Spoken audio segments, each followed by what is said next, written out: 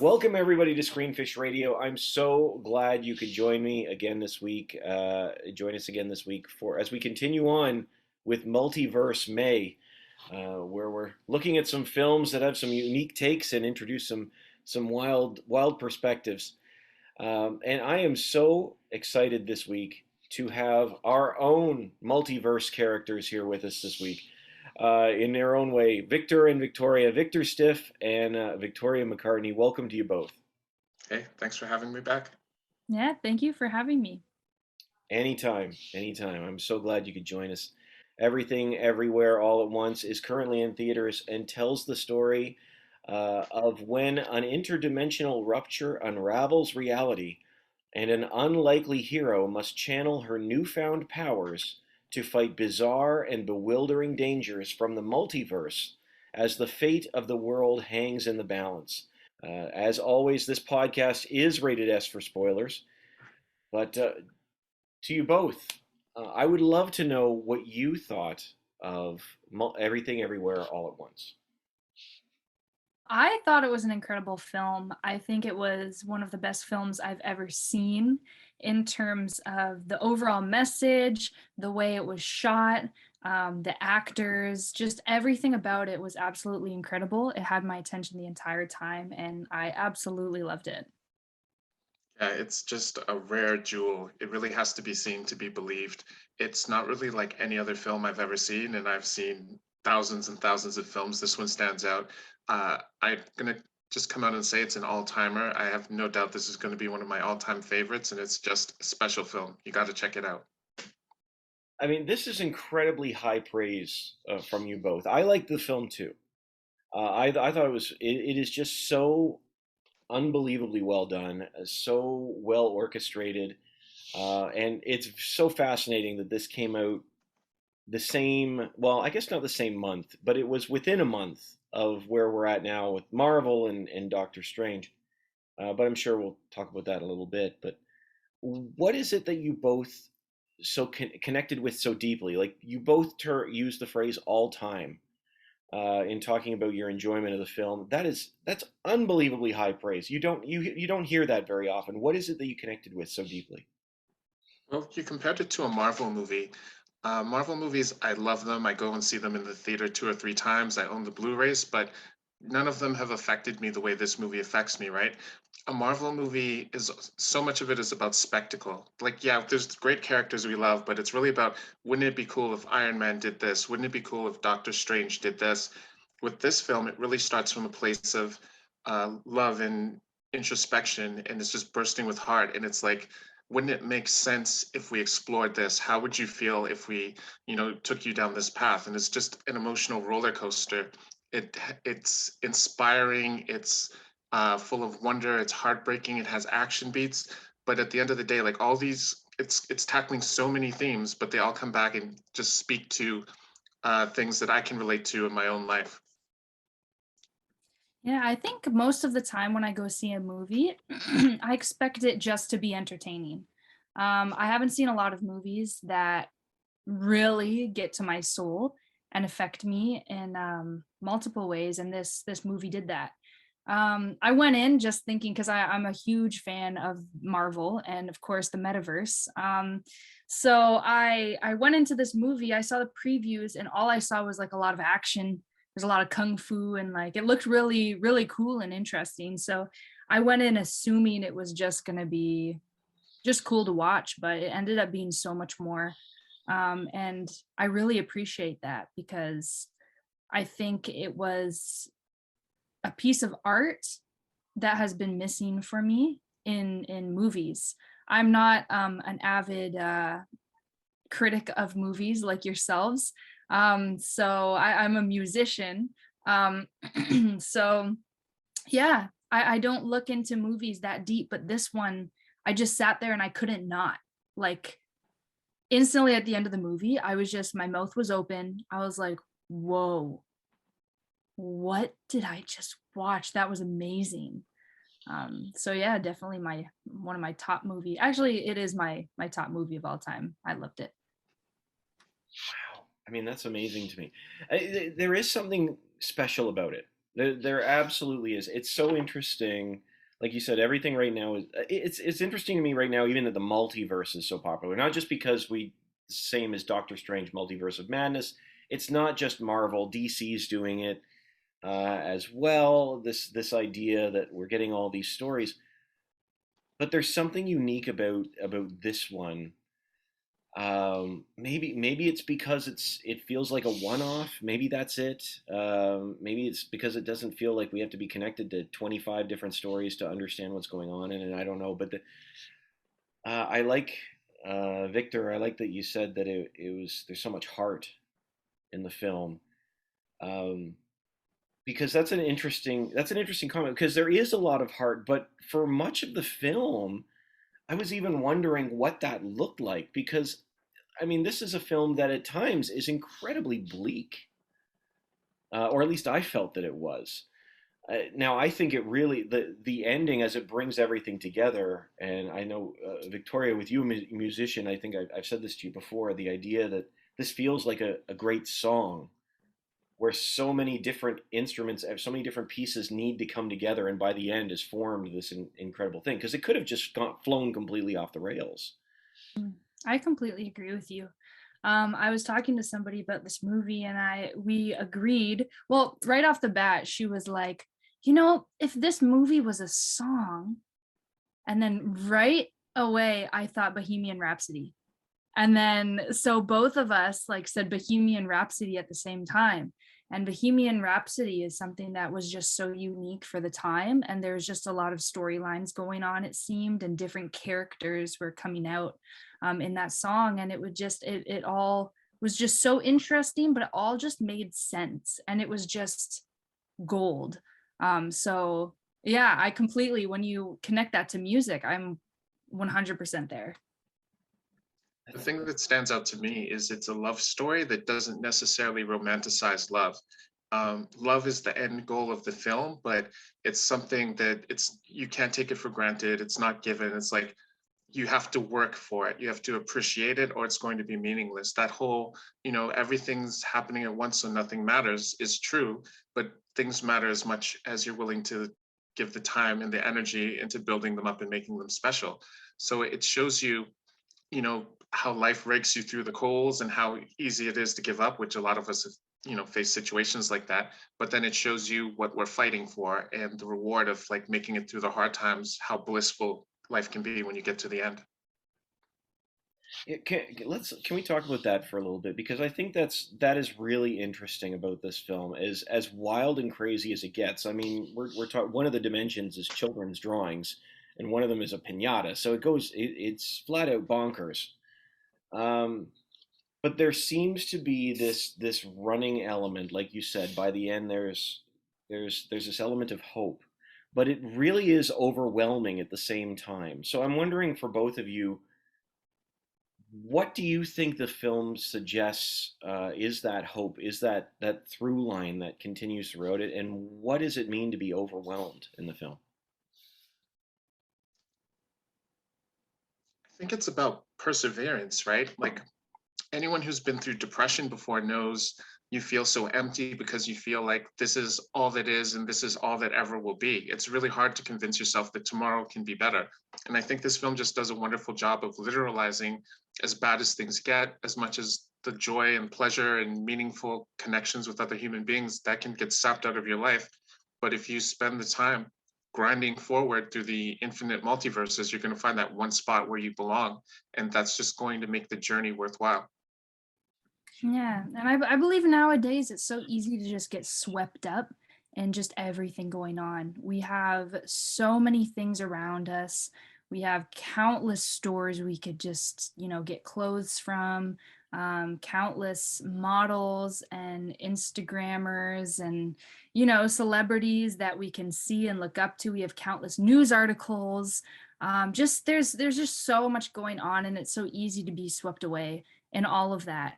And this movie really captures being in the moment, not looking at anybody else, but not looking at anybody else and what they have, and appreciating like what you have, who you are, the love that you have in your life, kind of seeing the small things and appreciating that and finding purpose in that.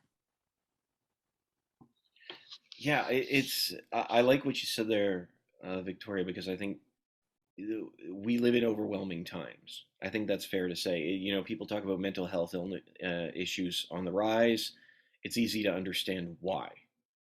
I think, and this is what the Everything Bagel to me. I mean, this dark abyss that the more you stare into it, the emptier things become, and is so interesting to me because I agree fully. And as somebody who's struggled with depression, anxiety myself, it, there's a great sense of weight on our shoulders all the time to get everything right all the time, I think. And with very little room for error, whether it's a comment on Twitter, whether we're supporting the right cause, whether all of these things are happening all at the same time. And it can absolutely feel, well, overwhelming is the word I've used. I should use it again. It just feels like too much. I agree with that too. And when I saw the Everything Bagel, I kind of like associated it to, because they're going to walk into the Everything Bagel. Mm. It kind of seemed as if they've given up. And what they just wanted was, for me, I gathered like what they wanted was peace. That life was just so overwhelming and just too much. They couldn't handle it anymore.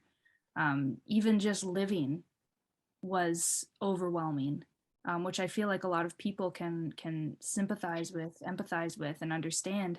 And walking into that Everything Bagel was just a way of finally finding the peace that they desire, when they feel like there's nothing else that they can do, which is kind of funny because it's a bagel.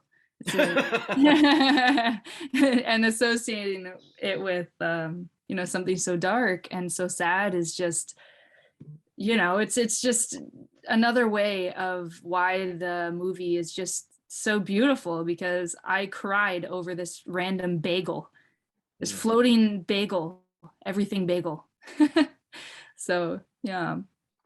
Yeah, the philosophy of the Everything Bagel, it just encapsulates life in 2022, right? So if you think of something like Netflix, right? Steve and I, we grew up in the era where you had to go to Blockbuster and rent a video, and you'd have it for like 2 days, and you'd be so excited to get that one movie and bring it home and take it out of the case, and you'd sit there and you'd watch it, and then you'd probably watch it again. And if you're a kid, you'd probably watch it 2 or 3 times, and you just loved every second you had that video. Along comes Netflix, which is, if you showed it to 10-year-old me, that's magic. You're telling me thousands of movies at the click of a button. I can sit there and watch new movies, old movies.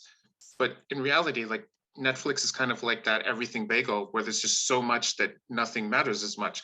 And how many times have we just sat there just clicking things, watching 10 minutes, jumping out? It's like, because everything's available to you right now, none of it feels that important. And you're always thinking about, I'm watching this documentary, but like maybe Stranger Things is better, or maybe I should be doing this. And it's like, this film tells us like we have to kind of step away from the stream of content and just focus on, this is what's important to me, this is what I need, this is what's going to give me fulfillment. And I think it's just such a beautiful metaphor. It can be as shallow or as deep as you need it to be.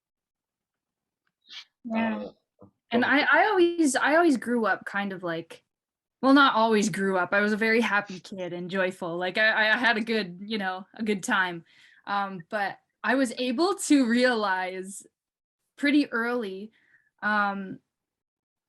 that logically you're kind of on this earth. You live, you go to school, you go to do more school, you work, you get money, and then you kind of die.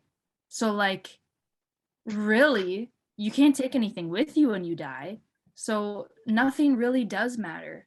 And I think that's like something that a lot of people question, is what is the meaning of all of this?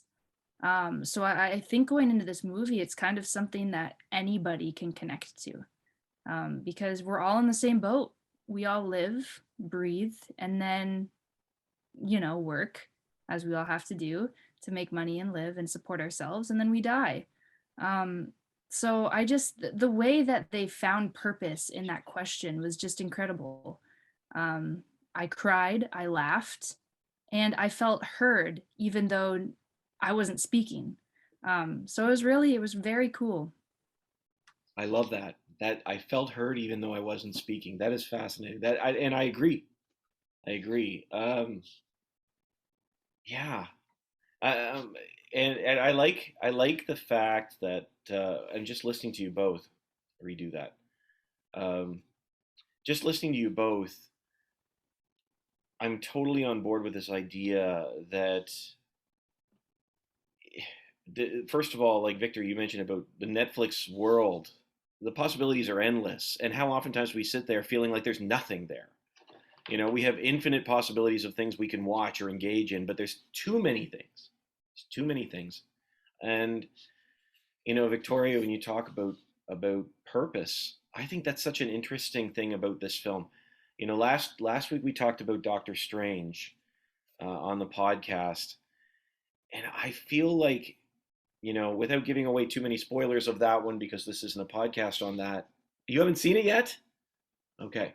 I still haven't seen it. I was supposed to Okay. see it a couple days ago and I didn't. Without spoilers, the Okay. way they land the multiverse train is very different.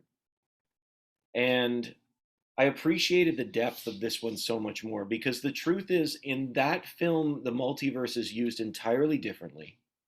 It's the same concept, similar concept, and even the fact that you can, you know, jump from one conscious to another within in all these things. But in that one, the through line seems to be all of these things have taken place building up to this moment. That's what the purpose is. It's all been building up to this. It doesn't give you much else. What I loved about this one, what I loved about Everything Everywhere, is that it actually is willing to say, look, all of these things, they don't really matter. But we land on this still a very hopeful message, this idea of being in the moment, the relationships you have, the people around you that matter, the compassion we can offer in that moment that matters. And I thought it was so much more beautiful because I think you're right. My goodness, like there are lots of people. I've felt that way as well, where you sit there and you say, okay, well, what am I doing this for? Um, but this film acknowledges that and still lands on a message of hope at the same time. It's fascinating to see how they do that. Yeah, they kind of sum up everything in a way that I could understand. And I still can't necessarily put it into words. Mm. So the only way like I can whenever people ask me about the movie, I'm always like, you know what? It's a life changer. I think everybody should see it and you should go see it. But I can't really explain it to you. Because I just it's hard to put into words like the experience of watching this movie. Um, because just the way they did it, everything had to be there. Everything they put in there was so intentional and just, yeah, it just allowed me to understand things so well, exactly what they were trying to portray, I think. Yeah, it was very, very well done in that sense. Yeah, and it does a great job telling you if you shine your brightest, if you're your best self, you can illuminate the world around you, which is a wonderful message as well, right? I don't know if you watched the Marvel What Ifs, which ties into the multiverse you're talking about. And there's an episode where it was what if T'Challa was taken to be Star-Lord, and you could see how the universe is just so different by having this really good man at the heart of the story, where he could take someone like even Thanos, who, you know, killed half the universe, and his influence and his goodwill and his kindness and compassion turned Thanos into like a cool dude, right? Like a nice guy. And this film kind of shows you through the character of Wayman, as bleak as things are, like if you're kind and if you show love and compassion, you can elevate the people from their despair and you can make the world a better place. And I think that's a message we're all dying for right now.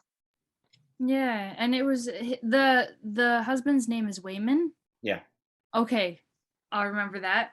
I thought his character was amazing because in each universe or metaverse, um, he was that shining light. Like it didn't matter which one it was in. He always seemed to be um, somebody trying to save the day, which was very, very cool. Like when she was a celebrity, she was rich and famous.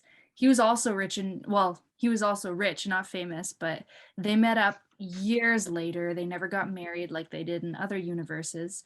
Um, but what he said to her was just so sweet. Supposedly, the real what's her name again? Evelyn. Evelyn, the real Evelyn, the main Evelyn is the one that was doing taxes. She kind of hated her life. She was depressed. She had a bad relationship with her daughter. Um, but Wayman, when they were both rich and at the epitome of their success, they were able to kind of come together and talk. And they both obviously still had love for each other, even though they never got together. I mean, Wayman said, I would have been happy doing taxes with you. And that was something that really touched my heart because even though both of them had everything they thought they wanted, which is kind of what a lot of people on this earth are trying to do, we're trying to, get somewhere, get rich, get famous. There's always these motives to do things when really like our value and the money, our value and the richness is actually from those people that stay around and that love you unconditionally and love you endlessly. And that's kind of the point where I started to cry because it just affected me so much. Evelyn was like, yeah, it seemed like her life had changed from that point forward as well. It just shows that one good person can really like, change history. And in another universe, he actually was the one to try and save everything. And he ended up going to her universes and tried to fight. He was just working so hard to make everything okay. And do it in a positive and loving way, which was awesome. The thing about that I really love too is that yes, Evelyn was miserable and she was doing taxes and she was like living the worst potential life she could be leading. But when she sees the alternate dimension where she's a celebrity and she's rich and she has adoring fans, the film steps away and takes time to say, listen, you're living your best life, but so is Wayman. It's like you are actually holding him back too. It's not all about you. And it really makes her look at herself as like a piece of a puzzle instead of thinking the world's revolving around her. I think a lot of films do the alternate dimension where things are better, but they don't take the time and stop and say like, but you are also part of the problem too. I think the metaverse is super popular now. From a not as meaningful standpoint to a lot of people, I think, because it is more centered around Marvel. And it's kind of like it gives people the idea that you could be anybody. And like right off the bat, it's like, oh, I would be rich and famous. Um, but yeah, I feel like this metaverse just shows you that it's not about that. So it kind of turns the idea that the metaverse is like this cool Marvel, like alternate reality. You could be anybody you want, have anything. And it just kind of turns that around and kind of tells you like, no, that isn't actually the source of your happiness or your desire or what you should be desiring. And the thing about the multiverse or metaverse too, I think that makes it so popular right now is it emphasizes that everybody's story matters. I think we're at a place right now where we've got so many voices that finally have the chance to speak. I think we said before that where we are now as a result of things like Me Too and Black Lives Matter, Stop Asian Hate, all of these things have opened the finally seem to have opened the door to get more representation, more storytelling, more unique stories that we've been missing out on the broad scale. It's not that they weren't there; it's that they weren't on the broad scale. And I think that the idea of the multiverse right now is a reminder of the importance of each story. They're held up. These different universes are held up differently but equally. along the way. I mean, they're each one of them has has their own flaws, their own issues, but they are all held up as equally important as the next, which I think is a unique way to incorporate it too. Because you're right, like Victoria, that the Marvel's doing it everywhere now. No pun or pun intended, all at once. It's everything is multiverse with them. But this takes the concept and uses it, I think, more effectively, but in a slightly different way. Yeah, and I think it shows us we're living in our worst version of a multiverse, right? Because we would never have got this movie 5 years ago. Yeah. Like they just wouldn't make a movie with all these Asian leads. And how many movies did we not get in this version of the multiverse from female directors, from people of color, from gay filmmakers, like going back to the 40s and 50s, like they didn't exist, right? What if we had a Spike Lee in 1955? Like what kind of movies would we have fallen in love with over the year? So we've been getting such a narrow band of the potential reality of our world. It's quite sad. In fact, you know what? Now that you say that, I don't know if either of you knew this. When I was reading up on this, I found this out the other day. When this film was being developed, originally they approached Jackie Chan for the role of the husband, and he was going to be the focus of the film. He was going to be the focus of the storytelling and all of these things. And when he said no, I forget what the reason was. I think it was just that he was too busy with other projects, but I could be wrong on that. The Daniels then decided they had Michelle Yeoh, and they decided they were going to focus on her character, and the script changed dramatically to focus entirely on Evelyn, which again is its own sort of own form of multiverse. I can't even fathom what this film would be like with Jackie Chan as the central force. I don't think it would have been as powerful, and I love Jackie Chan, but I just think having Evelyn and Michelle Yeoh in this role, it makes the film so much more interesting, so much more powerful, her relationship with her daughter. But again, it speaks to the limited scope of the film industry that these two visionary filmmakers who make these insane films like no one else in the world, even they had to package like the only marketable or one of the only recognizable in North American Asian stars to even consider getting this into production, right? Like, what kind of world would we be living in if they didn't have to think that way, if they just saw this cast right from the start and could have wrote to that? Yeah, it's crazy because I thought that everything about this was perfect. Mm-hmm. So if there is even a slight change, especially a huge change, such as the main character, I would not have felt that way, I don't think. Everything was it was so cool because I feel like it wasn't commercialized at all. Mm-hmm. It had a message and they did it in the proper way. I never once felt like judged. I never once questioned, my style sense. Nothing like that. I didn't leave feeling worse about myself or wanting to compare myself to those people, to the characters or to other people, or I just looked at life differently in a more positive way. What did you both think of the character of Joy? Like how her story develops, which I loved. I love her name. The name Joy in this film is so perfect because it's such a unique thing, especially for her character. But I was wondering what you thought about her and her journey throughout the film, because she is essentially a Thanos type character throughout the film, to use another Marvel reference. Yet by the end, or is she? Is she a villain throughout the film? Jobu is, Joy not so much. Hmm. The thing that spoke to me the most about the entire film was just that relationship between Joy and Evelyn, because one of the things I've struggled with the most throughout my life is just having these complicated relationships with the people I love the most, right? And a lot of my grief comes from the people I love not loving me in a way that I can initially appreciate, right? And you have to realize people have their own love languages. The love someone's capable of giving you isn't the love you always want from them. And once you can make sense of that, life gets a little less complicated. So this film really literalizes that in these two people who love each other very much, a mother and daughter, but they just like they can't be in the same room with each other, right? Like being together hurts more than being apart. And I think that's just such a heartbreaking family dynamic.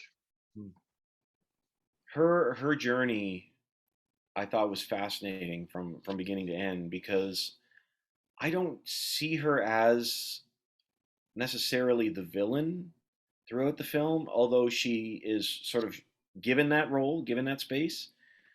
But I really sense, like, just like going back to that Everything Bagel, the pain, the hurt that she's received, whether it's from her mother or just from knowing or being overwhelmed. It's just sort of broken her down. Or to me, that's how I felt. Yeah, I agree with that. I think it's also a big thing, like referencing thug life. Mm. Um because it's the hate you give little infants fucks everybody. Mm. And it literally did in this movie. It wasn't really like she was hurting so much that she created this bagel that was just sucking everything in and just killing everybody. And I think that I don't think it was necessarily her fault. And also the mother, she was also, treated poorly when she was young. She talked about her dad being really hard on her, basically not calling her his daughter anymore. And then because of that, she wasn't able to show her daughter love or to accept her for who she is. And it will go around and around and around. But this movie showed that that can change, which was very cool. You know what I liked about their relationship at the end too is that it's still not perfect. Hmm. They we have a final speech, but Evelyn doesn't sit there and, like, she's still critical. Like, she is still Evelyn by the end of the film, but she has a new perspective. Like, I didn't see, like, she's still sort of negative. She says your hair's too long, or this or the other thing. She is quite critical, but she turns it around, and I think she says it doesn't matter where we are. I just want to be with you, or something to that effect. I might just be quoting Hootie and the Blowfish, but um, it there's this emphasis on caring about the people that you're with, even in their brokenness, and see that, and not just saying, oh, everything's fine, because that's what we get in a Hollywood ending. Oh, now I understand, and oh, but there's still flaws there, or at least that's how I read it as well. Hmm. Yeah, everybody's still growing. Doesn't matter who Yeah. you are or how old you are. Yeah, But and you can only be accountable for yourself and, kind of in your own growth, and see that instead of judge others and put all the problems on other people and. yeah, that everything bagel sense of villainy comes from loving too much, right? That nihilism stems from having a big heart, and everything hurts so much that it's just easier to be over everything and not get excited and not look forward to things, right? So I think Joy's journey in the film is like saying it's okay to love, it's okay to hurt, but as long as you put that into perspective, um, your mom may say some hurtful things, but with perspective, you understand that's her way of telling you she loves you, right? And it might not be ideal, but you can feel the love coming through in a coded form. Hmm. What do you mean? I love that. Love in a coded form. It's just a different love language, right? Like some people need someone to actually literally say, I love you. Some people need hugs and kisses. Some people need to be showered with gifts, right? So if there's someone who only feels love through receiving gifts, you can tell them, I love you a million ways, and it's not going to register. They're going to feel isolated and alone.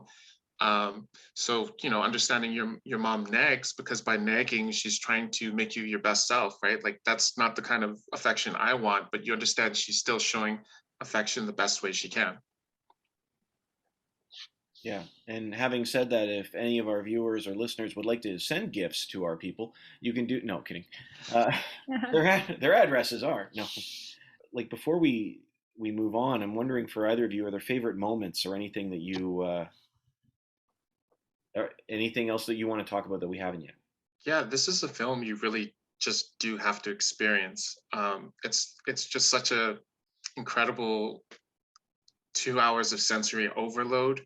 Um, they're really threading a needle with this one because it's just visually impressive, but then it has these characters you fall in love with and it has these very profound themes. It just hits on every level, and we can sit and rave about it all day, but you really have to just like sit down in front of it and experience it yourself. Like words do not do this movie justice. Yeah, I agree. You definitely have to watch it to understand, um, what we're talking about. So I loved every part of it. And honestly, I don't have a long attention span. So for those people who get distracted easily or bored easily, this movie's perfect for you. Has action, it has comedy, it has drama. Everything about it will capture your attention and just have you engrossed the entire time. Having said that, I this would be normally the time that I would do screen it or skip it. I think we've all played our cards fairly openly, if I'm right on this, to say that we're unanimously on a screen it on this one. Is that the case? Yep, Definitely. 100%. Okay, so if that's the case, I would love to know from you your favorite moments or most meaningful connections. Oh man. Um, Most meaningful connection is just definitely the relationship between Evelyn and Joy, and seeing their journey together as adversarial to people who understand each other. And then in terms of just thrilling filmmaking, I'm an action movie junkie. I love kung fu movies from the 70s and 80s, and seeing Wayman break out a fanny pack and use it kind of like a nunchuck, like I've never seen anything like that before. Like that's one of the year's best moments. I agree. When he went into the fanny pack, I was like, what is he doing? Like, why? And he takes out a chapstick and he opens it in front of all the security guards and everybody watching him, and he twists it and he just eats it. I was like, what? That's so weird. And I thought it was so funny, but it made so much sense. I was like, okay, like, yeah, that fits. That was, yeah, I like that part. And my second favorite part was, I mentioned before, when he was talking to the celebrity Evelyn and was just mentioning, she said, oh, you don't know what our life would be like. He was like, she said, we have all these taxes, and we're living in a small house and we're poor. And he was just like, in another life, I would be happy doing taxes with you and being poor. And I thought that was just so beautiful. Yeah, I love those moments. The fanny pack. I disagree that we haven't seen anything like that before, because I still think '90s Jackie Chan gave us moments like that. But it Not is with the fanny pack though. not with a fanny pack. All right, I agree with that. It is pretty incredible. I'm not going to lie. And I also like the statement that Victoria said that when he ate the chapstick, it just made so much sense. Yeah. Look, All those weird things. I can't even, what else did they do that was weird? That was like, Jamie Lee Curtis fought like a ninja. yes, yeah. yeah. Take that for granted. The "I love you." We didn't discuss, like, that was the thing to download her ninja skills, was to say "I love you" and mean it. I thought that was so interesting. That's so true. Which is something that she didn't. She wasn't like that. That wasn't her character, and that was so difficult for her to do. I thought the final battle on the stairwell, and I'm not taking those moments were my favorite, but because you mentioned them, I'm going to say the final battle on the stairwell hit different for me. I thought it was really well orchestrated. The idea, the simple vision, again, since we're saying spoilers, that all of these people are defeated by an act of grace. They're not, every film ever that we get that has any form of action has to do with defeating somebody by punching them harder than the other person. Marvel excels at this. I get tired of it. It's whoever punches the hardest is the one who, but every single fight in this particular final battle ends with them experiencing joy, which I've just never seen that before. And that's how they defeat all these goons and on her way to joy. is just these incredible. Like it was just to me, it was a beautiful moment. It was a You're beautiful. right. Scratch what I said. I'm with that. Scratch the good moments, I said. Yeah. No, that one was beautiful. It really was. Victor, Victoria, this has been so much fun. I really appreciate the chatting with you. This has been great. How can our viewers and our listeners connect with you? So I'm on like every social media platform you can think of. I'm on YouTube, search up Victoria McCartney, Instagram, Victoria.McCartney, TikTok, you guessed it, Victoria McCartney. Yeah, so you can reach me on those platforms, and yeah, you'll see a lot of music content. Maybe movie content, who knows? I'm now a huge fan of movies altogether. So yeah. And strangely, on Instagram, you can find her at Dave Herschel. No, I don't. Don't go to Dave Herschel. Don't go to Dave. Victoria McCartney. If Dave Herschel is listening, I mean no offense. Don't. The name Dave Herschel is really mad at me. Get all these emails. No. Yeah. Great, absolutely, and we'll have some some links to connect with Victoria as well. Victor, what about you? You can find me at Victor J Stiff on Instagram and Twitter, and under Victor Stiff on Rotten Tomatoes and YouTube. And I have a few cool UFO movie club videos coming out next week. Excellent, awesome. Looking forward to that. And for you at home, a reminder that you can find us wherever podcasts are available too. And if you go to the podcast page on our website, screenfish.net, you can download Fishing for More, small group questions to help get the conversation started where you are with people that you see the film with or have seen the film. You can find us on YouTube. I hope maybe you already have. Like and subscribe to us at Screenfish on YouTube as well. And we will be back next week as well. But for you, Victor, Victoria, thank you so much for chatting with me. And for you at home, we started the conversation. This was Screenfish.